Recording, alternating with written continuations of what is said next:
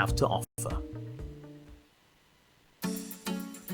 Peterborough has a fresh new restaurant. Big Mouth on Lincoln Road is now open. Fantastic fresh food, pizzas, gourmet burgers, fried chicken, grilled chicken, wraps and sides. Mouth-watering food at great prices. Come and experience the freshness and taste of our amazing food. On a lunch break, try our Big Mouth lunch special menu from 12 to 4. Fancy our Hot Mouth Big Burger or our Big Mouth Special Pizza? Try us and taste the difference. Eat in, take away or order online at getbigmouth.co.uk for delivery with Just Eat and Deliveroo. We cater for birthday parties, family bookings and events. Follow Big Mouth Lads on Facebook and Instagram. Big Mouth, 349 Lincoln Road, Peterborough, PE1 2PF. Call 01733 20 10 20. We're open 12 till late every day. Assalamu alaikum, Dr. Shabana here. Has your child had their flu vaccination this year? All primary school-aged children are entitled to the flu vaccine in their schools, helping to protect you and all the family against flu, which can make vulnerable people very ill. Call the school immunisations team on 0300 555 5055 if you'd like your child to get protected.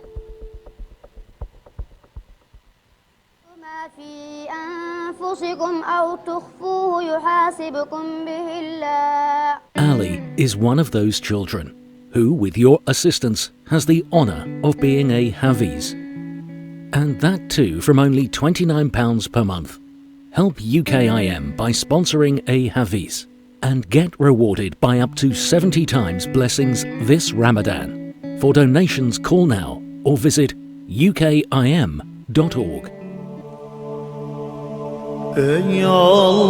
Peterborough's community radio station, Salam Radio, 106.2 FM. And good evening, this is Adrian Holdstock on Salam Radio. It's just after 5 p.m. on Thursday the 12th of March. Welcome to Community Matters, the radio show for all communities across Peterborough and beyond. Community Matters asks questions that matter to our community life. Coming up on the show tonight, I'm hoping we're going to hear about improving our environment and particularly how we want to work together as an integrated community to overcome crime. But my first guest is from the magazine Peterborough Matters. He is John Baker. Welcome, John. Hello there. Hi. There we go. You're on the mic. Hi there. You're I've right. got you. Fine. So, what is Peterborough Matters and how did you get involved? Okay. So it I guess you could describe it as a magazine. It is online only, for one thing. So I will just say that it is. There's no print edition of it. Peterborough Matters launched on Valentine's Day. It is a community news website for Peterborough, as one might guess. It is overseen by Archant, the publishers who are most associated with East Anglia, and financed and supported by Google. Mm-hmm. So obviously there's some sort of well-established names behind it, and it is essentially it's a pilot for a different way of doing journalism in this country. Now, there are already several of these link-ups between Google and local publishers across America and Canada. We're the first one in the UK. We're the first one of 3. Mm-hmm. So there will be 2 more, and we don't know where they're going to be. They might be around this area, but I don't know that because I'm not privy to those decisions. But essentially, the difference between this and normal, if you like, news organisations is that those models, as people know, journalism has been struggling for quite a long time, both regional and national and international. People don't seem to know how to make money out of them, essentially, because they've never quite solved the problem of digital advertising. So the way this will work, the way that I hope it will work, will be a lot more experimental. It will be not necessarily breaking the rules, but changing the rules somewhat. So, for example, we don't actually have an office. Mm-hmm. We are based for 1 day a week at the Co-Foundry in Cowgate, where we meet because we are a very small team. We're a team of 4 at the moment, soon to be 5. We meet there, but for the rest of the week, we may be working from home, or we may be working from somewhere like here, or we may be working in a cafe. We usually have Thursdays as our day out where we're all together, but in an external location. Today it was Lightbox Cafe on Bridge Street, and we welcome people coming to us and talking to us. We have a podcast. There aren't too many of those around, concentrating specifically on Peterborough. That is Peterborough Natters, not Matters, Natters. On a Sunday morning, that comes out every fortnight. Yeah.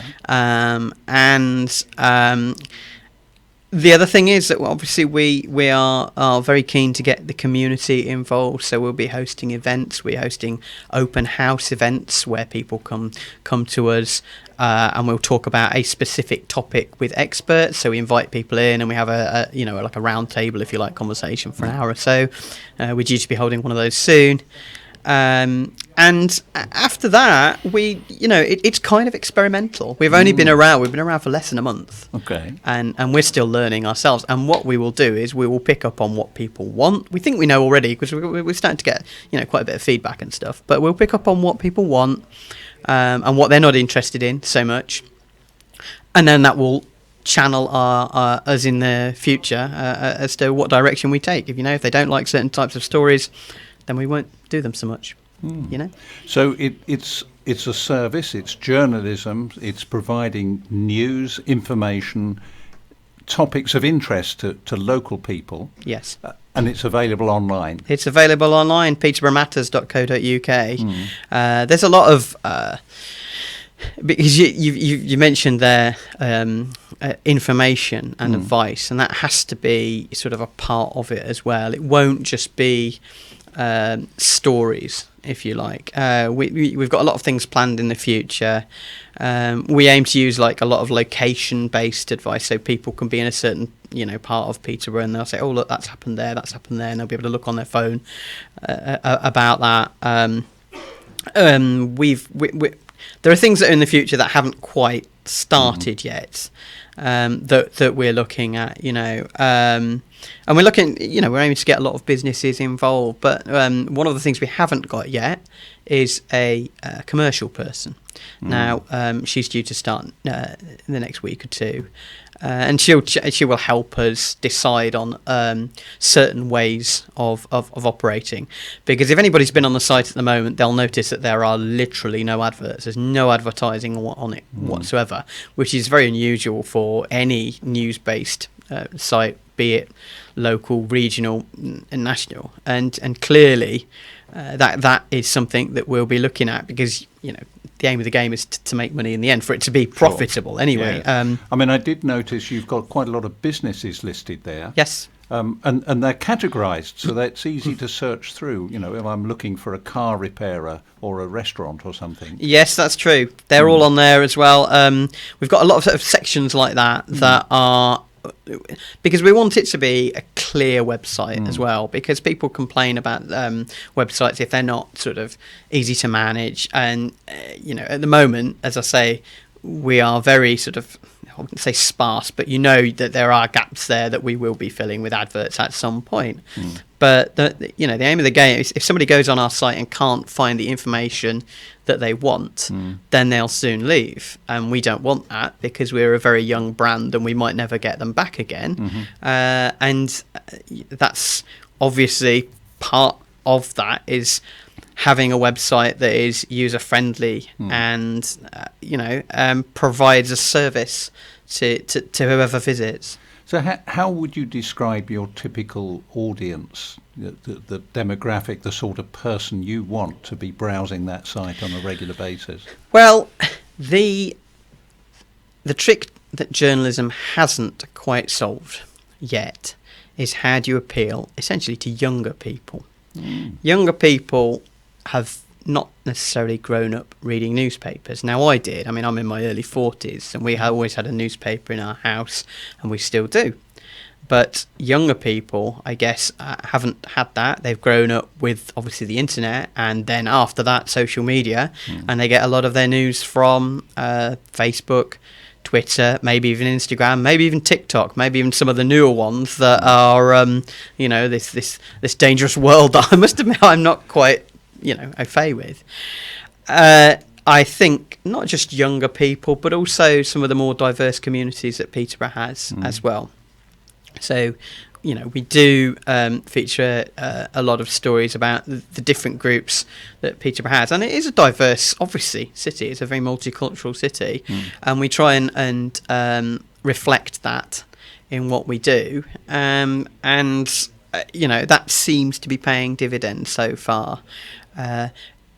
It seems quite sort of easy to say we're looking for people who don't read newspapers at the moment, but that is essentially what it comes down to. One of the reasons that we've done so well, I mean, we're up to 6,300 likes on Facebook already, which, in 3.5 weeks is pretty good.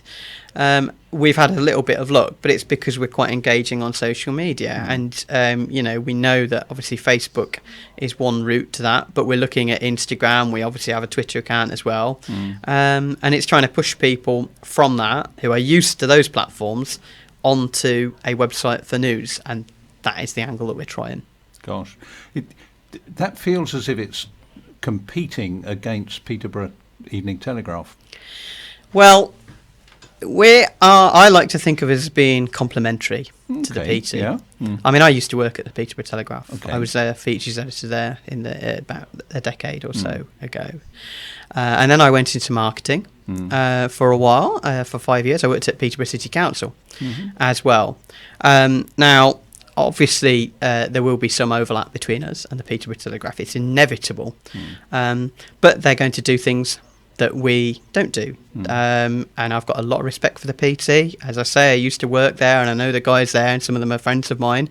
And we have different, ways of looking at things. They, some of the, for instance, the court stories they do, for example, we wouldn't do those. But they provide a vital public service. Whereas some of the stories that we have tended to do that they might not do, because we're out and about perhaps a little bit more, we tend to pick up stories that they might not. But, what I would say is, really, people ought to be visiting our website, and they ought to be reading their local newspaper. It is as simple as that. Keeping informed. I am not going to tell anybody not to buy the Peterborough Telegraph. Sure. But I am also going to say to them, please also look at our site as well, because you might see something that's different, And that's the way it is at the moment. Who can tell what direction things are going to go in the future? But at the moment, they're more of a complementary service than competing against each other, I would say. I mean, we live in a more instant society. I've certainly found up-to-the-minute information, like, there's been a road traffic accident. The police will tweet, and very quickly on Twitter you get to know that the area to avoid or the situation that's arisen. Yes, and that's 24-hour news. And it used to be that it was 24-hour news on Sky News or something like that, and you were a passive observer of that. And now you're not necessarily a passive observer. You can make your comments on it. You can give people advice on it. You can tell people to avoid that certain area. You can upload your video phone. Exactly, of being at that area. And that is journalism. And some would say it's too fast, and some would say it's too intense sometimes, and a little bit in your face. But I don't think we don't really want to be doing that. I mean, obviously, at the moment, coronavirus is what everybody's talking about. Sure. Yeah. And we have the responsibility as a local news site not to try to frighten people with news that we don't want to scare people. No. And we hear things, we've all heard things. I mean, I could tell you, 15 rumours right now that I've heard, and I'm not going to do that because I'm going to check it first. Yes, and I'm going to, but that doesn't mean to say that, the balance is, do we hold something back, or do we put it out? And in the end, it comes down to our own judgment, and sometimes we might get it wrong. But so far, it seems that we're getting it broadly right. Mm. And of course, the instant news that everyone sees or can contribute to. That's one aspect of journalism, but another aspect of journalism is interpreting what is being seen. Yes. And perhaps also, and this is where I sometimes draw back from a comment I'm reading in a newspaper or something I'm hearing on a national news broadcast, is opinion. Yes. Because I think, well, I've heard the news, I've been told the facts of the matter, but now I'm being given it may be a very expert person, but I'm giving a person's own opinion on the situation rather than what the news is. Yeah, I don't think that's necessarily a problem, as long as you know that it is an opinion and that it isn't being presented as the bare facts. Opinion pieces can be very interesting, they can be very controversial, they can be very funny, and they certainly have their place. I mean, nobody thinks that the Guardian and the Daily Mail are coming from the same direction when they're interpreting the news, because that they're from different sides of the political platform. And as a local journalist or journalism platform, we have to be careful that we're not going down that road. And if we do go down that road, we need people to know that it is somebody's opinion and who that person is. I mean, sometimes we will make comment on things. I mean, I write a column on Thursdays, and I don't think I've been too controversial too far, but I've been picked up on a couple of things. And that is the aim of the game. In a way, you want to encourage debate, and everybody has an opinion. Everyone. That's something that you don't want to make people into robots. People want to and people want to express themselves. And the whole reason that I got into journalism was about communication and also telling people stories. And it's impossible to do that without your own thoughts and experience playing a little part in that. Yeah. But what about editorial policy? I mean, you're starting very light. There's just four of you. It's agile, it's quick, it's responsive.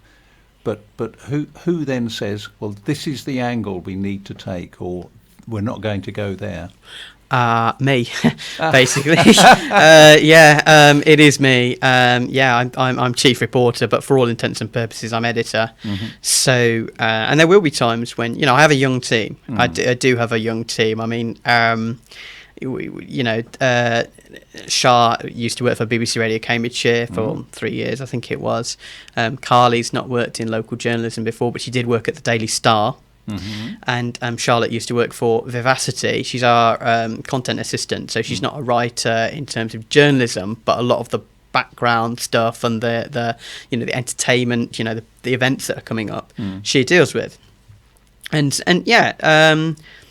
sometimes I do have to rewrite things, or sometimes we just have to spike things and get rid of them if they're not. The main thing is, with journalism, for me, is to try to be fair. And sometimes the council does things that you don't like, and sometimes you don't think the police dealt with that the right way, and sometimes this business has done that, and sometimes there's a complaint about that. But as long as you think you've dealt with them fairly, and you've given them a chance to respond, where necessary, where fair, then you can sleep easily at night. I mean, sometimes there are things that we may make mistakes. We haven't really made too many yet, but sometimes there will be times, and then you have to give a right to reply to the relevant bodies involved.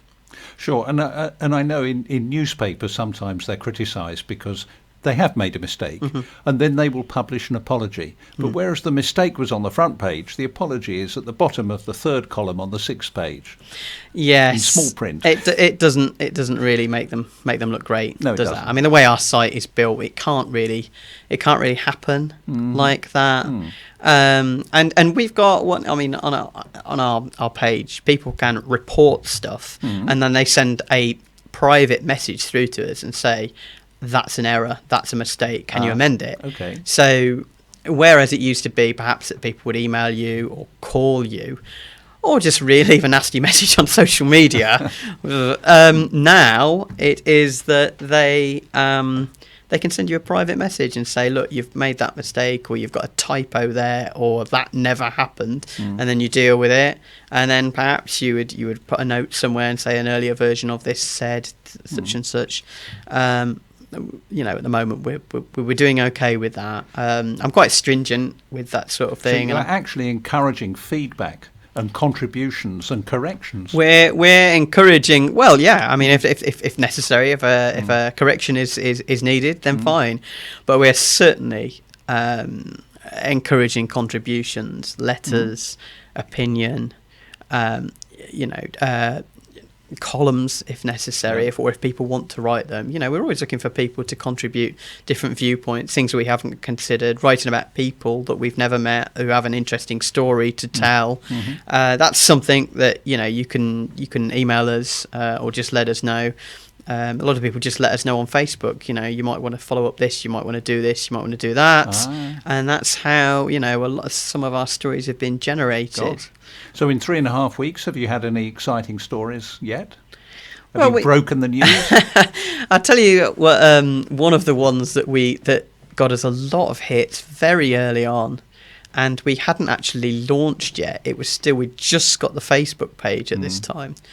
Was my wife went off to work one morning as usual, and then on her bus it had to stop because there was a rather large puddle of water on Borges Boulevard that you may remember. I do, yes. About 5 or 6 weeks ago. Yeah. So quick as a flash, she clambered out early from her bus route, stood by Asda and filmed about 20 seconds video and sent it to me.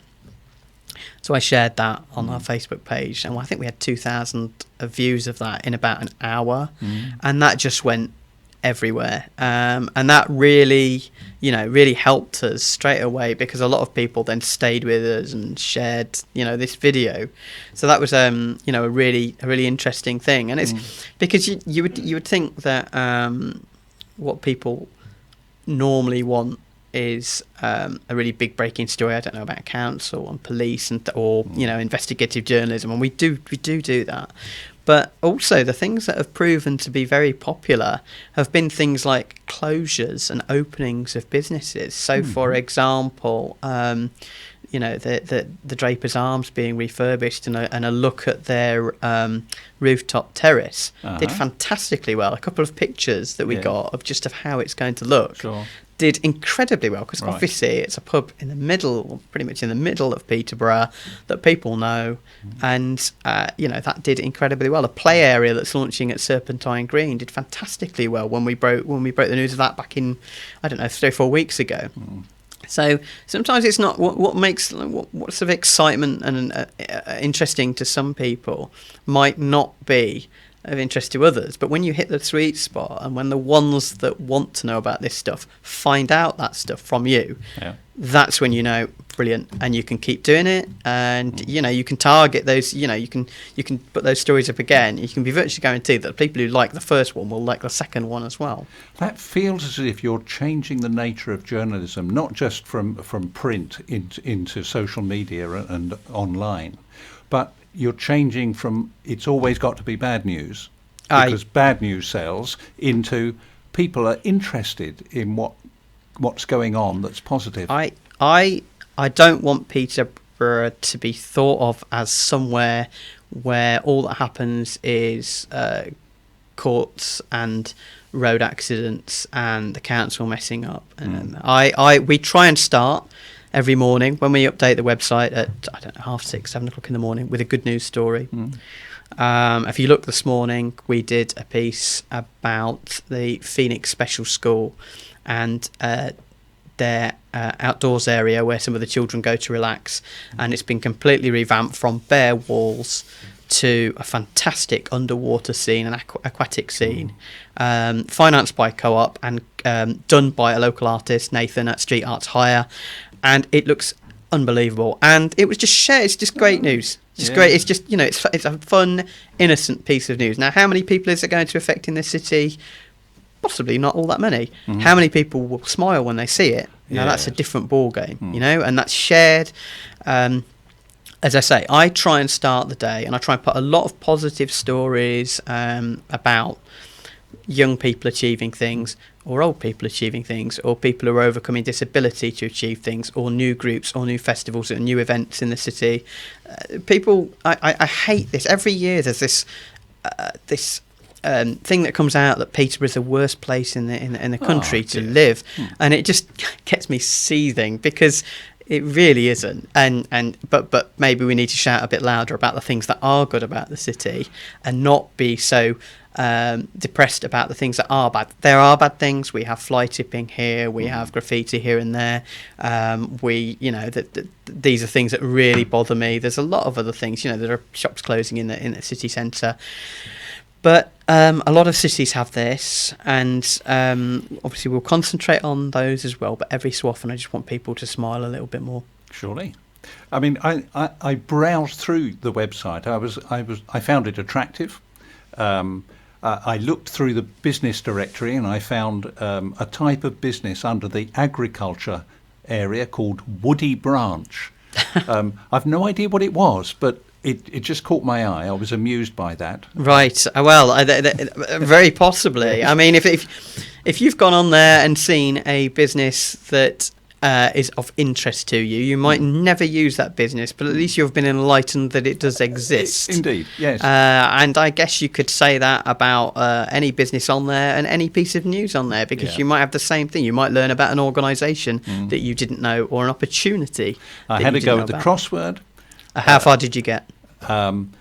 Well, I ran out of time. I didn't get totally stuck, but yeah, I mean, it's quite a nice little thing to have on there, and it's quite user friendly. Now, I had to go at the online survey, and the question was, if coronavirus hits your town and you decide to quarantine your family in your home, how long would the food on hand last you?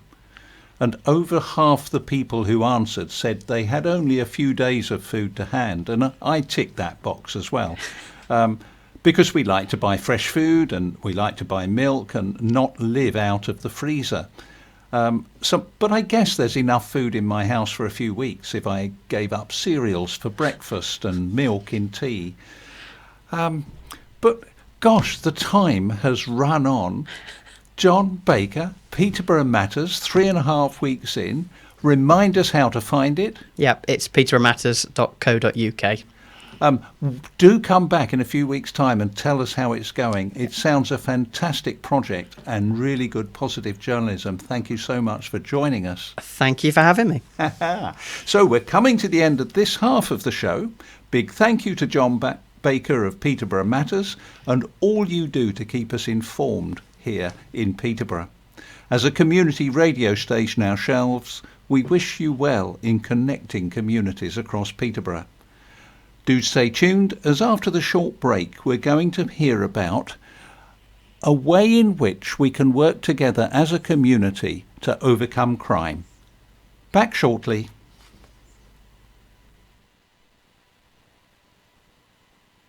Stay tuned to Salam Radio after this short ad break. Do you have a family member studying for GCSEs? Maybe they need support in maths and science to obtain the best grades possible. Try Intuition Peterborough. Friendly tutors with over 15 years of teaching experience and up-to-date knowledge of the curriculum and exam requirements. Based in City College, we are easy to locate with competitive prices. Find us on Facebook, Intuition Peterborough. Call 07588 084 249 or email intuitionpeterborough@hotmail.com. It doesn't take much to bring some difference. You give some change, which makes a change. Because nothing gets mileage like a charity. Just a little change turns into a chain. And before we know it, the results are massive. So give a little to make a big difference. For donations, call now. UKIM 0207 387 2157.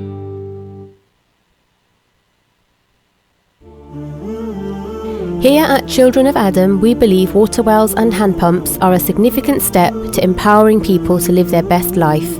A hand pump donation is an excellent form of sadaqah jariyah for loved ones, including those who have passed away. Sa'd ibn Ubadah reported, he said, "O Messenger of Allah, the mother of Sa'd has died, so what is the best charity I may give on her behalf?" The Messenger of Allah, peace and blessings be upon him, said, "Water." Sa'd dug a well and said, "This is for the mother of Sa'd." A water pump is £150. Please donate by visiting childrenofadam.net or call us on 0300 321 0032.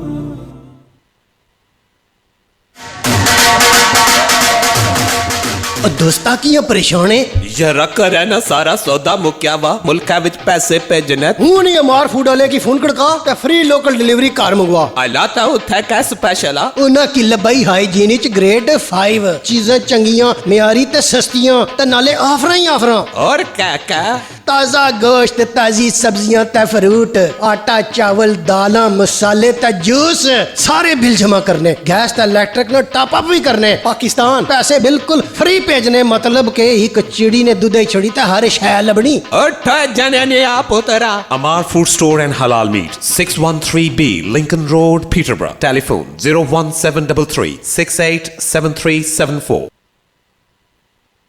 Mumtaz Leeds presents the Mumtaz Grand Tal. Feed up to 6 people for only £59.95. This incredible sharing platter includes Balochi Saji whole chicken, chapel kebab, kabli pilau rice, Balochi lamb karahi, chicken karahi, keema karahi, and much more. It's Mumtaz quality, now even more affordable. Find us at Mackenzie House, Chadwick Street, Leeds. Book your table via WhatsApp on 07399 786 786. Gems and jewels, wise sayings, interesting events, and moral lessons from Islamic history. Leave him in the fire. A man who was an adherent of the Majus religion died and left behind a huge debt. Some of his creditors said to his son, "Sell the house and pay off your father's debt." The son said, "If I sell the house and pay off my father's debt, will he enter paradise?" They said, "No." He said, This is Salam Radio, Peterborough's Muslim community radio. Broadcasting on 106.2 FM and online. And welcome back to Community Matters Live. This is Adrian Holdstock delivering the Community Matters show for all communities in Peterborough and beyond on Salam Radio 106.2 FM. We've more guests with me in the studio. I have actually sitting on my right Helen Walkinshaw, the community development worker from Community First Peterborough. Welcome back, Helen. Thank you, Adrian. Okay, and you've brought along Alan Paul from Neighbourhood Watch. Hello. Hi, welcome. So, Helen, what is this about Neighbourhood Watch? What's going on? Well, one thing that's been highlighted to me in the time that I've been working in this community is that people are concerned about crime and about crime prevention. And what I want is for the community to stop moaning and start complaining. It's easy enough for us all to talk to ourselves about how terrible it is that this, that and the next thing's happening, but we need to unite as a community and discuss these issues with people who can actually help. But there are barriers to that, aren't there? There's the fear of can I tell on somebody and am I involving the police, or if I dial 101, it takes forever and I've got to explain so much. That's exactly why Neighbourhood Watch is a good idea. Ah, okay. No one needs to know that you're a member of Neighbourhood Watch. You don't have to buy binoculars. You don't have to put a sticker on your window. You don't have to have meetings. Right. But it does link you into a network of people across Peterborough who care about crime. So you've come on behalf of Community First Peterborough saying this area, Lincoln Road, Millfield, Glasson Street, Cromwell Road, this whole area of Peterborough needs Neighbourhood Watch, and Alan is the local. What are you, Alan? I'm the chairman of the Peterborough Neighbourhood Watch Association. We've been around since 1992. Oh, gosh. We're a busy lot. Yes. I'm proud to say that across the city and the villages, we have 360 coordinators or watches, street coordinators. Okay. And so we're a busy lot, really. Across the country, of course, there's 2.8 million member households. Oh, wow. And 170,000 street coordinators. So it's been around for some years now. Peterborough took off in 1983. The local CID department were involved in that. And since, of course, time's moved on and we know the issues on resources for the policing, the Neighbourhood Watch now runs itself, basically. And my role as the chair is to help people set up Neighbourhood Watch schemes. It's not just about crime, it's also about helping each other, being good neighbours, working as a group of neighbours. But getting back to basics, it's people saying to each other in the street, hello, good morning. Yes. And other people having the confidence to say that to strangers sometimes, especially in your street. Because we all live in neighbourhoods, we all live in the same street, we share the same resources, we share the local shop, the school, all the other utilities, etc. Neighbours share all these things. So Neighbourhood Watch is sharing that community and working together, and a bit of network going on. Across the city, we've had litter picks, we've had street parties, and a whole range of activities where neighbours get together. But we do know it's not always easy for one neighbour to speak to another. There can be barriers such as language, and it's this confidence thing about saying hello to somebody. Cultural differences, I think. Absolutely, yes. Absolutely. And in this area of Peterborough, there has been a Kashmiri presence for many, many years, and they're very well established. But a number of houses now in the area are being rented out, and people looking for somewhere coming from a whole variety of different countries across Europe. They've arrived perhaps without good English or without any English at all. Where do they find their friends? Where do they connect? How do they get to speak to neighbours if they don't even have the same language? That's the real challenge, and I don't have an answer for that, but I do have an answer in terms of if there's local people that do speak English nearby, maybe that's the starting point. People of a one common language start a group together, and then hopefully the others come on board in time, because it's all about trust and the relationship. Sure. And if that is a positive thing that people experience while suddenly finding their neighbour across the road say good morning to them, wow, and I'm sure in time other communities not of English speaking will pick up the basic language, good morning, etc. Now you mentioned 360 coordinators across the city. So what sort of size area does a coordinator cover? On average, a single coordinator will have about 20 households. Oh, God, that small. That's small. Intense. Yeah. We can happily go down to one coordinator and 4 other households. Well, they don't have to be next door. They can be in the immediate neighbourhood, as long as that's a network of people. It's all done online, but if you're not on the internet, what the advice is, go to a friendly neighbour, etc., member of the family, and link up that way. And then what is the role of the coordinator? It is to coordinate, yes. To keep an eye on things, really, and the bottom line is communication. They use the WhatsApp facility. Common is using Messenger off Facebook. Quite a few in the city have set up their own Facebook page as a private level of security there, and other methods of communication. Some will meet together socially, and some will just meet through Facebook or meet once a year. There's a whole mishmash. There's no hard and fast format for Neighbourhood Watch. You do it your way, but you communicate, and you eventually, in some communities, obviously learn to trust each other and be neighbourly. So a street of 20 houses, let's say, and you find somebody who wants to volunteer to be a neighbourhood watch coordinator. They've got to be really trustworthy for people to want to speak to them and to see them walking down the street and to know that maybe they're going to be reporting things back somewhere. Yes, that's another part of the Neighbourhood Watch is prevention of crime and reporting what things they see, if there are things they're concerned about, rather than leaving it to another person who may or may not report something. You as a neighbour should report the issue to the local authority, to the council, or to the police. And there are various ways to report things. In some cases, individual neighbours maybe doesn't have the confidence or doesn't have all the information, so they can comfortably, hopefully, pass it on to the coordinator, who will be able to pass it on to the local neighbourhood policing team. So it's not, and I want to allay people's fears. This isn't somebody, Big Brother, looking over you, watching what you're doing.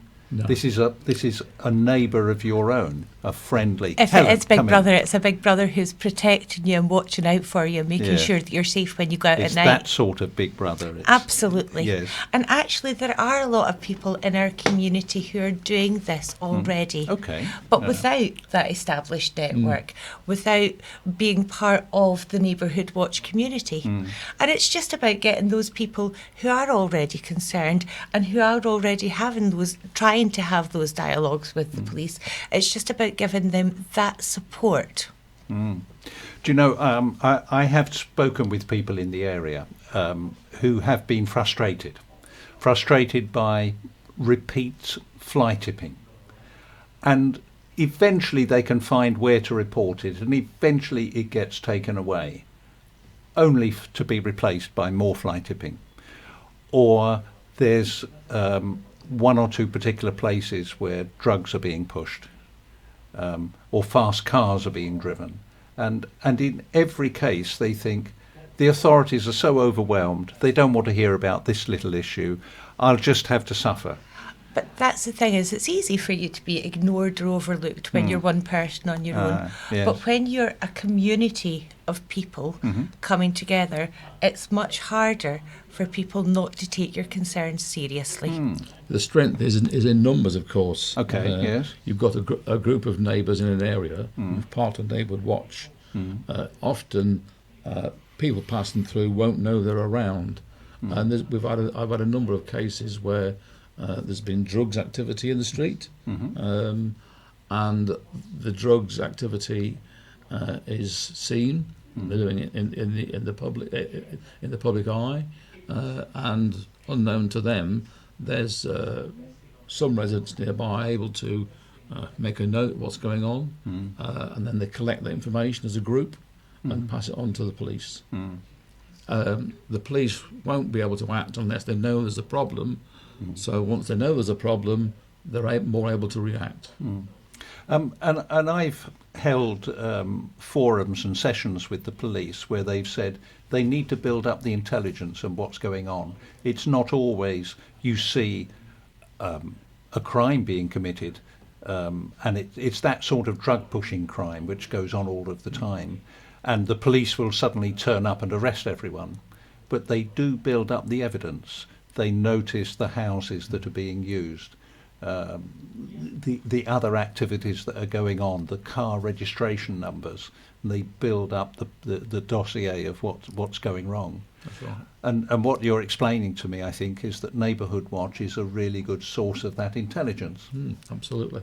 And it's also a great way to support people as well. Another thing that Neighbourhood Watch does is to support people in the community who have been victims of crime as well. Yes, we had a case around the end of December where a lady whose handbag was snatched just prior to Christmas, and she had all money for children's presents, all her cash for her food. Oh gosh! Single lady with 2 young children, and it took a few days because of the slowdown of Christmas, maybe.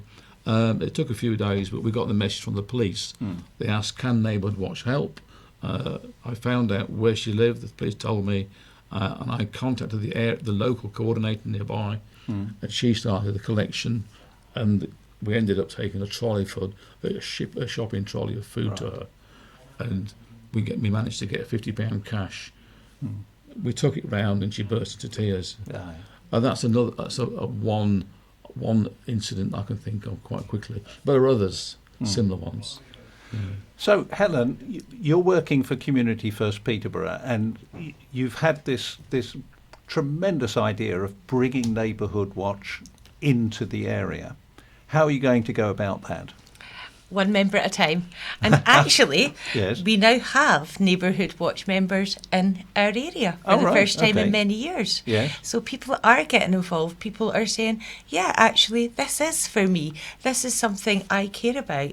There have been lots of problems. We have a Facebook site for Community First, as you probably know, and we often talk about fly tipping in the area, and we talk about lots of other social problems in the area.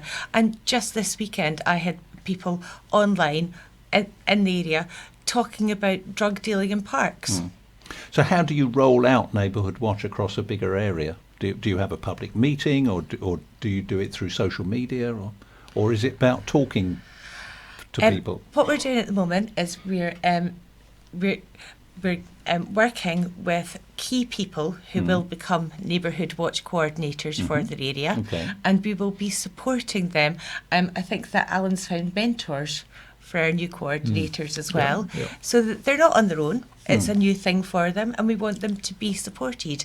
And we will be helping them to recruit more members as well, in a way that they're comfortable with. Okay, so it's going to spread. Social networking, I think, is the thing. Social networking, yes. Yeah, as opposed to social media and online. Yeah. It's looking for people who have had enough, basically, have had enough of this. We need to do something about it. And they network with their contacts and neighbours and friends. Right. And then they build up a network there. Okay. And we're set up. We can have a neighbourhood network, as opposed to, because it's all flexible, as opposed to groups of houses. We can have a mishmash of both. It's what people want, really, what they're comfortable with. And that will be coordinated by Community First? It will, yes. And Neighbourhood Watch will also be involved in our new monthly drop-in sessions as well. Oh, tell me about those. We will have some new monthly drop-in sessions. They're called SAY, Support and Advice for You. And they will be starting next month in April here at the Alama Iqbal Centre. And as well as Neighbourhood Watch, the Alzheimer's Society are involved. We have someone from Life Money who's providing debt advice. We have someone from the Deafblind Society, and we have someone from Autism Peterborough as well, who can support any parents whose children have autism. And so there will be a place here where people can come informally, have a cup of tea, have a slice of cake, and just talk to us. Right. Let's just open up those conversations. That sounds really exciting, and that's an even broader subject than Neighbourhood Watch. But Neighbourhood Watch also, I think, you offer the opportunity for people to have security devices and. Yes, we do. We have a small shopping facility, so at outside events, we sell a series of items, such as we've got a glass of water, purse bells, cycle locks, shed alarms, bank card wallets, a whole range of things that's going to be available at local events here. And that will be starting during the Great British Spring Clean. Go on then, tell me about that. Well, we do have, as you know, I love a little bit of litter picking. And the Great British Spring Clean starts on the 21st of March. It's something Community First Peterborough are very involved with. We've partnered up with Gladstone Connect and Thorpe Residents Association to have a number of litter picks in the area. And on the 28th of March, we have a litter pick starting right here at the Alama Iqbal Centre, and Alan and the team will be along with their stall there, won't you? Absolutely. Good. Wow. And again, come along, have a chat. So Neighbourhood Watch is coming to this area, absolutely. Neighbourhood Watch is in this area. It's in, yes. Thank you for correcting me. It's already here. It's already started. It's going to spread, and that's wonderful. That's really exciting. If anybody wants a free welcome pack, they can email us direct to the local team on info@nwpeterborough.co.uk. So NW stands for Neighbourhood Watch. So nwpeterborough.co.uk. Absolutely. Info at. And you send them a welcome pack. They get an information pack. All right. Okay. That's for an individual household. Anybody can have that. Oh, I see. Okay. Yes. Because while we're talking about it, people want to know more information, and that's a quick way of doing it. Sure, yeah. So they can make their own decision. You know, they don't have to be part of a street that has to decide. Absolutely, and they can sign up as well online, can't they? Absolutely. Yeah. Yep. Gosh. Now, we're living in difficult times with coronavirus. I know there's been some national news while we've been on air in this show, taking us from the contain phase to the delay phase. And I've been thinking today about people self-isolating, or people who have underlying health problems who feel, even if they haven't been exposed to coronavirus, they just want to stay out of the way and out of touch. That's going to create a lot of lonely, isolated people. Is there a role for Neighbourhood Watch to play in that? There's a role for neighbours to play in it. Ah, yes. Yeah. Neighbourhood Watch, it starts with being a good neighbour, not with watching your neighbours. Yeah. And I would say that any of us who live in it, and it doesn't matter which community you live in actually, if you know there's someone vulnerable who lives near you, chat the door. Ask them if they need any shopping. Say to them, do you need anything? I'm just going out. And just make sure that they're okay. You don't even have to go into their house to give them a quick knock and just check on them. Some people will accept a phone call. Some people will be able to connect on the internet through WhatsApp or other messaging. I think people need not to be forgotten. It's so easy that, I haven't seen so-and-so for a few days. I wonder how they are. Well, get in touch. You see, with Established Neighbourhood Watch, part of the role of the coordinator or their assistant or deputy is through local knowledge, they'll know without the virus issue, routinely know which neighbours are on their own, which neighbours are quite vulnerable maybe, and which neighbours have issues. Basically the ones that need a little bit more neighbourly support. And that happens normally, routinely across Peterborough. It's not documented, you see, so... It's really timely that this is happening now.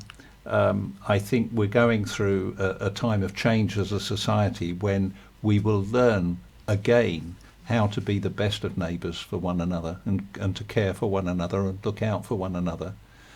And to be able to continue that after all of this terrible coronavirus has passed, for us to be able to say, we're going to carry on being good neighbours, and to have the structure of Neighbourhood Watch there to help us, that's really great. Good. Let me just take you back, because you've got a couple of minutes still, Alan. How did you first get involved, and how long ago was that? Well, I was a local policeman. Okay. One of those, what people describe these days as the disappearing beat bobby officer in the city. Okay. And then I was around at the time they first introduced it, and it just made so much sense that we got neighbours to communicate with each other. The whole thing came from the States, of course. So that's where I first got involved in Neighbourhood Watch. So it's been a long journey, really. A beat bobby. A beat bobby, yeah. I bet there's some young people who wouldn't even know what that means. You walked the streets and became friendly towards the people that you met. Yes. You knew what was going on. Actually, I must say that in our area, our PCSO Thomas Yes. is always around in the area. Yes. And he's Same principle. absolutely approachable. principle. Yes. Yeah. So good policing's not quite dead yet. And what else, briefly, Helen, is going on in Community First? There's something to do with plastic bottles. Oh, I'll come back to that later. We're just Yes. about to start the story online of Callum, who is currently a rather lonely coriander plant. But Callum's a revolutionary coriander plant. Right. And he believes in free herbs for everybody. Okay. He does. And so Callum is going to start a herb growing revolution all on his own. Gosh. And what we find is that, gardening, it doesn't have to take a lot of time, doesn't have to take a lot of resources, and doesn't have to take a lot of money. And as I said, I do love a litter pick. And one thing we pick up no end of is 2-litre plastic bottles. Right. And we will actually be using those 2-litre plastic bottles to create hanging herb gardens that can live inside, outside, or anywhere you want and produce fresh herbs for every family. Gosh. I never thought of that. How original. It certainly seems to have sparked people's imagination. We've been very lucky, actually, that we only started working on this idea a few weeks ago, and we've already been given the compost that we need by Travis Perkins. I'd like to just say thank you very much to them for that, and to Hetty's Herbs and Spalding as well, who will be sending us herbs to put in our planters. Oh, wow. Well, we've had some things on this Community Matters show. We've had Up the Garden Bath, recycling old baths and old wood to create planters. Now we're recycling 2-litre water bottles. That's fantastic. Yeah. Oh, it's certainly the way forward. Reuse, reduce, recycle, and let's keep the rubbish off our streets. Absolutely, yeah. Now, I have here a little survey. It's called Peterborough for You, because Peterborough is for everyone. And this survey is asking people to comment on, are there enough provisions for families, for children, for young people, for older people, all sorts of opportunities for you just to tick on the survey and make comments if you want to, as to whether you agree or don't feel very much about it or disagree about the level of provision of services in this area of Peterborough. It's an exciting opportunity because it will create evidence for how we want to take community life forward. Bringing in Neighbourhood Watch has been part of that. So there is still an opportunity. And also make sure that when public money's coming into this area, it's being spent where it's needed. That's right.